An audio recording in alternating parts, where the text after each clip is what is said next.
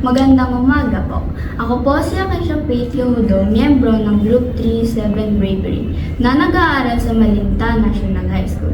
Nandito po kami upang ma-interview si Mr. Angelo Gaudo para sa aming subject na Values Education. Maaari po ba kayo magpakilala para sa ating mga manonood? Ako si Angelo Gabudo, 32 years old, nurse sa pampublikong ospital ng Valenzuela Medical Center. Meron po kami mga katanungan para sa Values Education. Handa na po ba kayo? Go! Unang katanungan. Ano ang crisis o issue ang nasaksihan o naranasan mo na nag-udyok sa iyo upang gumawa ng isang moral na pagpapasya? Meron kaming nasaksihan insidente noon. I think way back mga 2018 or 2019 kung di ako nagkakamali. Na doon kami sa sasakyan, nagdadrive ako ng sasakyan namin, Revo. Kasama ko yung girlfriend ko pa dati, na asawa ko na ngayon. Merong along MacArthur Highway, merong naging accident. Isang pick-up truck or pick-up vehicle, then motorcycle. Nagkabanggaan silang dalawa. Pangalawang tanong. Paano mo ginamit ang iyong konsensya upang matugunan ang crisis o issue? Siyempre bilang nurse, nasaksihan ko yung insidente. Talagang literal na malapit na sa amin. Nag-slide kasi yung motor mula doon sa pagkakabangga sa kanya nung pick-up. So ngayon, bumaba agad ako kasi bilang nurse, kumbaga calling ko kasi yun na nasa oath ko rin kasi yun na tulungan yung nakita kong pasyente. Kumbaga sa akin, pasyente na siya, kami yung nasa scene, first responder na kami nun. Actually na interview pa ako sa TV dahil dyan, na feature pa yun kay Kapon Nin. Mamaya pakita natin. Pangatlong tanong. Ano ang mga pangunahing prinsipyo o pagpapahalaga ang nagsilbing gabay mo? Paano ang mga ito nakatulong sa paggawa mo ng tama? Mga prinsipyo o gabay, no? Kasi kami bilang nurse, meron kami tinatawag na oath, Nightingale's oath. So, isa na yun sa naging gabay ko at tulungan ng nangangailangan. Bilang isang medical professional, kapag may mga ganong senaryo na nakita kami o nasaksihan, automatic nag-kick in agad sa amin yung urge na makatulong, na hindi nakakadagdag ng mga harm doon sa tao. So may free will din naman kami na i-assess yung mga taong nangangailangan, halimbawa doon sa incident na yun, para mabigyan din siya ng mga paunang lunas. Halimbawa sa akin, nakita namin yun na ganun nga, na aksidente. Chinek muna namin agad kung meron siya mga bali or may mga gasgas, kung una-una kung conscious ba yung pasyente o yung naging biktima ng aksidente. So ayun. Pang-apat na tanong. Nagkaroon din ba ng impluwensya ang pananampalataya ng inyong pamilya sa mga pagpapasyang nagawa mo? Sa paanong paraan? Ang pamilya ko kasi is Roman Catholic. So, mulat sa pool naman, regarding dun sa impluwensya na niyan, pinalaki kami ng mga magulang namin na maging makadiyos, maging makatao. So, with regards to that situation, syempre isipin mo, may nangailangan ng tulong magiging makatao ka talaga no? So kahit hindi mo naisipin si God, kahit wala si God sa isip mo, pero yung bilang isang pakikipagkapwa, nandun talaga, kung mabuti kang tao rin, no? Nandun talaga yung urge mo na tumulong agad sa taong nakita mo na may pangangailangan o nangangailangan. sa insidente, dahil nga ulitin ko, nurse ako by profession, so naging automatic na talagang nandun yung aking urge sa pagtulong. So regarding sa pananampalataya, ayun nga, kagaya ng sinabi ko kanina, pinalaki kami ng Catholic kami, Sagrado Katoliko, kumbaga, kung alam nyo yung 10 utos ng Diyos, nandun din yung mahalin mo yung kapwa mo eh. So sa pagmamahal mo sa kapwa mo, kasama na doon ang pagtulong. So ayun. Pang-limang tanong, may mga tao bang nagsilbing inspirasyon o naging katubang mo sa pagsasagawa ng tama? Paano sila nakatulong?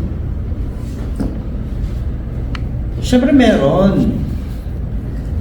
Yung unang-una, siyempre yung nag-guide sa akin, paglaki, mga magulang. Okay? Siyempre, sila yung nag-instill ng mga mabubuting pag-uugali, no? Mga buting asal. At pangalawa, yung mga teachers natin sa school, no? Sa amin kasi, panahon namin, no? Mga teachers sa school, ano yan, matatapang. Pero yung pagiging matapang nila, andun yung pagmamahal nila kasi sila yung mga naging pangalawang magulang namin, no? So sa habang lumalaki kami, sila yung mga nag-guide sa amin. Kaya dapat yung mga teachers din natin sa school ay nire-respeto rin. Hindi sila yung binabaliwala. Siyempre, dyan yung mga minamahal natin sa buhay. Asawa ko. Dyan siya, mga kapatid ko. Pamangkin, no? So, lahat tayo, meron tayong may mga nai-share tayo sa mga tao na mga mabubuting bagay o mabubuting mga gawain o mga mabubuting asal na maaari mong may apply sa lahat ng sitwasyon, sa lahat ng senaryo para makatulong sa ibang tao. Pang-anim na tanong, paano mo kinayang harapin ang mga hamon o pagbabago dahil sa iyong ginawang desisyon? Actually, parang wala naman halos nagbago dahil same scenario lang naman yung mga bagay-bagay. Pero syempre dun dahil nga meron siyang footage, na-interview ako, no, maraming nakakita na mga tao, maraming nagbigay puri doon sa naging action. Actually, hindi ko naman ginusto rin na ma-televised yan or whatsoever, pero nakinontak din kasi ako nila Katunying para doon, kasi nakita nila yung naipost ko lang doon sa Facebook page ko, doon sa wall ko regarding doon sa incident na nakuha na dashcam ng sasakyan, para lang magkaroon ng awareness sana yung mga tao, mga friends ko sa Facebook or kung sino man makakita na kailangan lahat tayo mag-ingat. So ayun, hindi natin sinasadya, may kumontak sa atin para na humihingi ng permiso upang ma-feature sa kanilang palabas. Syempre malugod naman natin tinanggap yun, buong puso, na ipalabas sa TV, maraming nakakita, maraming nakapanood ng mga tao, yung mga kaibigan, mga dating kasama sa trabaho, at yun, sinabi nila na humahanga sila sa nagawa natin pagtulong sa kapwa, which is nakakataba naman ng puso.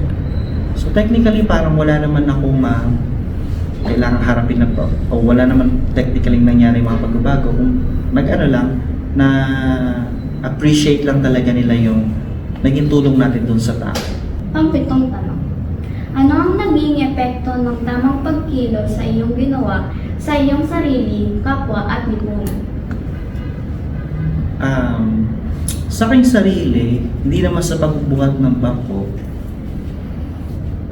kapag kasi may mga nangailangan ng tulong at kaya ko naman ibigay, hindi ako nagdadalawang isip na tumulong. So sa kapwa natin, doon sa naging desisyon ko, kagaya nga na sinabi ko kanina, may mga na-inspire doon sa naging situation nakapagtulong, may mga humanga talaga, no? At alam ko naman na kahit pa paano, merong taong kapag sa kanila nangyari yung ganung situation, no? May mga tao, yung mga nakakita ng aking video na yon, talagang ma-inspire din sila bilang para tumulong doon sa mga incident like that. Pangwalong tanong. Paano mo pinamamahalaan ang magkaibang pananaw hinggil sa mga usaping moral, lalo na kapag ang mga ito ay kumakalaban sa iyong sariling konsensya? Yung mga ganyang bagay is titingnan mo muna kung ano yung point ng isang taong yon. Titimbangin mo kung naayon ba siya doon sa conscience mo, no, sa moral mo, kung nagja-jive kayo o hindi. Pero syempre, lagi mong iisipin yung mas tama, mas angkop sa morality mo, mas angkop sa moral na tinuturo ng Diyos. Wala naman kasing ituturo ang Diyos na makakasama para sa lipunan. So kapag yung mga ganyang bagay, no, may conflict kayo ng kausap mo or ng isang taong nakikipag-diskusyon sa iyo, syempre paniniwalaan ko, paninindigan ko kung ano yung tama, na naaayon o align sa salita ng Diyos, to be specific. Kasi ulitin ko, sa guidance ng Diyos, walang mali dyan. Napaka-perfect ng Panginoon, no? Tsaka syempre, mas maganda, clear ang conscience mo. Kagaya nga sinasabi ni Attorney Libayan na mas masarap ang tulog ng isang taong malinis ang konsensya. Pangsyam na tanong. Paano nakakatulong ang konsensya ng isang tao sa positibong pagbabago sa lipunan? Ang konsensya, dapat tingnan natin sa mabuting perspektibo. Conscience na positive parati. Kasi baka ma-misquote natin, may ibang conscience na negative conscience. So sa positive conscience tayo. So kapag positive naman ang conscience mo, no, konsensya, wala ka namang ibang hangad kundi kabutihan. Kabutihan para sa lahat, kabutihan para sa lipunan. Kaya kung malinis ang iyong konsensya, tiyak yan, magiging maunlad Pilipinas. Bakit? Walang korupsyon na magaganap mula sa pinakamaliit na unit ng government official, mula sa barangay tanod kung malinis ang konsensya, hanggang sa pinakapangulo. Uunlad ng Pilipinas kung malilinis ang konsensya ng lahat ng tao. Pang-sampung tanong at huli. Ano ang iyong mensahe sa mga kabataan upang mas malinang pa nila ang kakayahan na gumawa ng isang moral na pagpapasya na may pagkiling sa kabutihan? Yo kids! Joke lang. Sa mga kabataan ngayon, real talk, pansin ko medyo sensitibo kayo. Sensitibo, no? Konting kibot sa reklamo, konting hindi mapagbigyan, maraming sinasabi. Hindi kayo gumagana sa mga teachers ninyo. I don't know kung may kinikilala pa kayong Diyos o wala na. Pero ito lang masasabi ko. Maniwala kayo sa Diyos. Maniwala kayo sa Diyos na mabuti. Yung mabuting Diyos, baka yung Diyos nyo si demonyo, no? So, mali yun. Kahit hindi yung magkakaiba tayo ng pananaw sa buhay, magkakaiba tayo ng pinaniniwalaan, maniwala kayo na mayroong Diyos na mabuti. Kahit sino pang Diyos, si Allah pa yan, Diyos pa ni Jehovah's Witness yan, Diyos pa ng mga INC o Iglesia ni Cristo, Diyos ng mga Katoliko. Basta maniwala kayo na merong isang Diyos na mabuti. Mag-follow kayo doon. Basta mabuti ha. Kasi kung meron kayong isang bagay na pinaniniwalaan na mabuti, or mayroon kayong nilook forward to na isang entity o God na walang hangad sa mundo kundi kabutihan, tiyak ang mga gagawin ninyo puro kabutihan. Diba? So kapag puro kabutihan, in-spread nyo sa lipunan, unang-una sa family, sa community, up to the society, sa school ninyo, edi hindi tayo magiging chaotic, hindi magulo ang buhay natin. Meron tayong pinaniniwalaan, merong nagka-guide sa atin, no? So hindi tayo walang magiging masama. Mas masarap mabuhay ng mas masarap mabuhay na walang pangangamba, unang-una sa kaligtasan natin, no? Halimbawa na lang kayo, kapag umuwi kayo from school ng gabi, hindi kayo nangangamba na may mag-i-touch sa inyo, may mang-hold up sa inyo, no? Kung mula sa bahay pa lang sana hanggang sa madala nyo sa pagtanda nyo naturuan na kayo, nag-guide na kayo, or naniwala na kayo sa isang Diyos na mabuti. Okay? Pangalawa, syempre, sumunod kayo sa mga magulang ninyo. Hindi lahat ng magulang perpekto.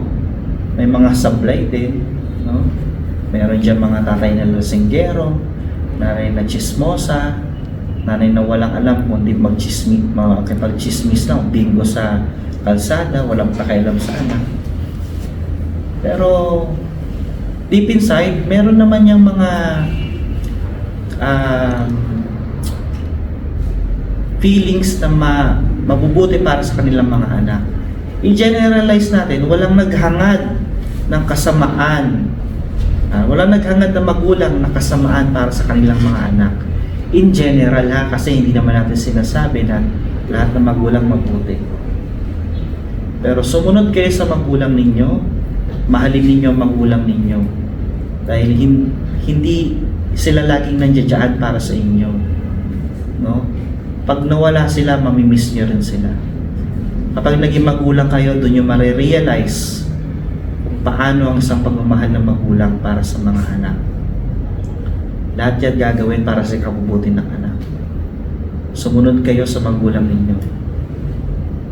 Siyempre, ulitin ko, hindi lahat ng magulang ay perpekto. Okay?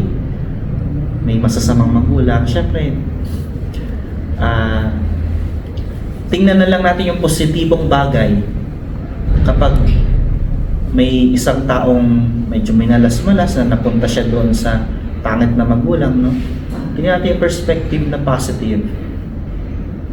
Baka dilagay ka doon sa ganung sitwasyon para magpalakas sa'yo, palakasin ka, no? Naging pangit magulang mo, pero yun pala ang purpose na God para maging isa kang progresibong tao. Yun yung ginawa niyang inspirasyon sa'yo para maging magkaroon ka ng mga achievements, no?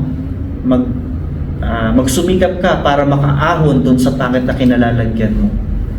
So, yun na lang yung tingnan nating situation, no? Maging mabuti lang kayo. Ngayon, sa inyo mga estudyante, pangalawang magulang, mga teachers. So, irespeto niyo yung mga teachers ninyo. Respeto lang yan. Respect. Tandaan niyo, estudyante pa lang kayo. Wala pa kayo dun sa tamang hindi nyo pa nararanasan ng hamon ng buhay. Totoong hamon ng buhay. Ilang taon lang kayo mag-aaral. Tandaan nyo yan. Ano na ba kayo na hanggang grade 12? Grade 12 plus 4 years pa in college, tama ba? Ilang taon na yan? Sabi natin grade 12, so 12 years plus 4 years, 16 years. Sabihin natin 18 years to 20 years lang kayo mag-aaral. No? Pag nakatapos kayo ng pag-aaral, habang buhay na kayo magtatrabaho. Tandaan nyo yan. Hanggang sa magkaanak kayo, habang buhay na kayo magtatrabaho. Hanggang sa pumuti na mga buhok ninyo, habang buhay kayong magtatrabaho. Okay? Yung pag-aaral, saglit lang yan. Pagbutihin nyo na. Pagbutihin ninyo.